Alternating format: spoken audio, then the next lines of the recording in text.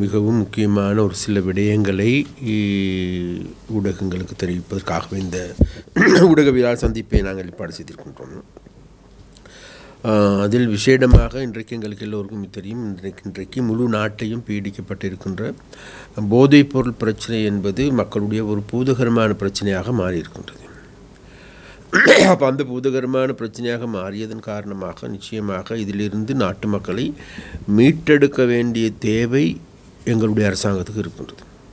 அதனால் எங்களுடைய அரசாங்கம் ஆட்சிப்பீடத்துக்கு வருகின்ற போதே நாட்டு மக்களுக்கு நாங்கள் அளித்த வாக்குறுதிகள் ஒன்று தான் விஷயமாக கூடிய சீக்கிரத்தில் இந்த நாட்டில் இந்த போதைப்பொருள் பிசாசிடமிருந்து இந்த நாட்டை மீட்டெடுக்க வேண்டும், எங்களுடைய பிள்ளைகளை மீட்டெடுக்க வேண்டும் என்கின்ற கோரிக்கையை நாங்கள் முன்வைத்திருக்கின்றோம்.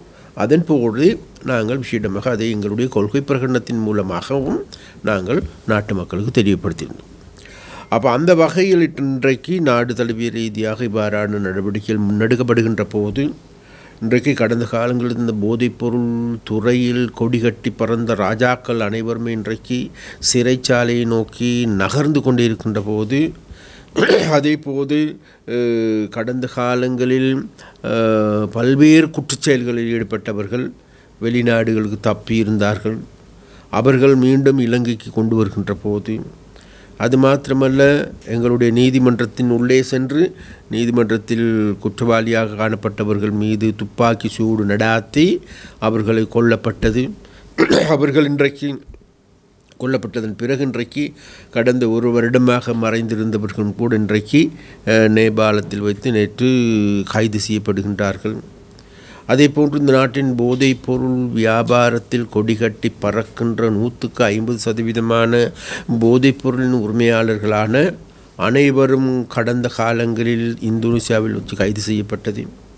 அப்போ இவ்வாறான கைதுகள் என்பது இதுநாள் வரைக்கும் இல்லாத ஒன்று. அப்போ இவ்வாறான கைதுகள் செய்யப்படுகின்ற பொழுது, அவ்வாறு அன்றைய கடந்த காலங்களில் அங்கங்கு துப்பாக்கி சூடுகள் இடம்பெறுகின்ற பொழுது, அல்லது போதைப்பொருள் வியாபாரிகள் தாங்களுக்கிடையிலேயே போட்டி போட்டுக்கொண்டு சுட்டு கொள்ளுகின்ற பொழுது, இங்கே இருக்கின்ற எல்லா கட்சிகளும் எதிர்கட்சிகளும் எல்லாருமே சேர்ந்து சொன்னார்கள், இதோ அரசாங்கத்தால் கட்டுப்படுத்த முடியவில்லை, அரசாங்கத்துக்கு எந்த விதமான வேலை திட்டம் இல்லை என்று கூறினார்கள். அது மாத்திரமல்ல, இதோ சாரா செவ்வந்தி காணாமல் போய்விட்டார்கள், அவர்களை பிடிக்க வக்கில்லாத அரசாங்கம் என்று கூறினார்கள். அது மாத்திரமல்ல, இவ்வாறான பல்வேறு குற்றச்சாட்டுகளை முன்வைக்கின்ற போது நாங்கள் மிகவும் தெளிவாக எங்களுடைய அரசாங்கம் என்ற வகையில் இந்த நபர்கள் நிச்சயமாக சட்டத்திலிருந்து தப்பிக்க முடியாது என்கின்ற நிலைப்பாட்டிலிருந்து நாங்கள் செயல்பட்டோம். அந்த செயற்பாடுகளின் விளைவாக இன்றைக்கு அனைவரும் கைது செய்யப்படுகின்றார்கள். வெளிநாட்டில் இருக்கின்றவர்களும் கைது செய்யப்படுகின்றார்கள், இன்னும் கைது செய்யப்பட இருக்கின்றார்கள். ஆனால் இதற்கு முன்னர் இருந்த அரசாங்கங்கள் என்பது எங்களுக்கு எல்லோருக்குமே தெரியும், அந்த வகையான செயற்பாடுகளை முன்னெடுக்கவில்லை. அதற்கு மாறாக அவர்களை பாதுகாக்கின்ற அவர்களுடைய எஜமான்களாக இருந்திருக்கின்றார்கள் என்பதே இப்பொழுது தெரிய வருகின்றது. அந்த வகையில் இன்றைக்கு இருக்கின்ற அரசாங்கம் என்பது தேசிய மக்கள் சக்தியினுடைய அரசாங்கம் என்பது தேசிய மக்கள் சக்தியினுடைய அரசாங்கத்துக்கு இன்றைக்கு ஒரு வருடமே பூர்த்தியாகி இருக்கின்றது. அந்த ஒரு வருட கால பகுதிகளில் நிச்சயமாக இந்த நாட்டை வாட்டி வதைக்கின்ற எங்களுடைய இளம் தலைமுறையினுடைய வாழ்க்கையை நாசமாக்குகின்ற இந்த போதைப் பொருளிலிருந்து மீட்டெடுப்பதற்கான சகல நடவடிக்கைகளையும் இன்றைக்கு மும்முரமாக எடுக்கப்பட்டு வருகின்றது.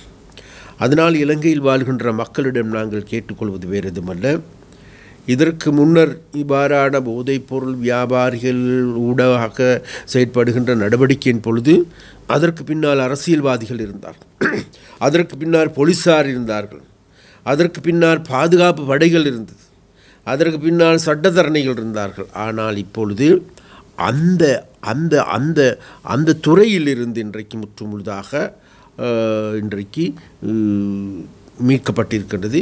மீட்கப்பட்டதன் காரணமாக இன்றைக்கு இந்த சட்டம் ஒழுங்கு நீதித்துறை அனைத்தும் தாங்களுடைய கடமைகளை செவ்வனே செய்து வருகின்றது.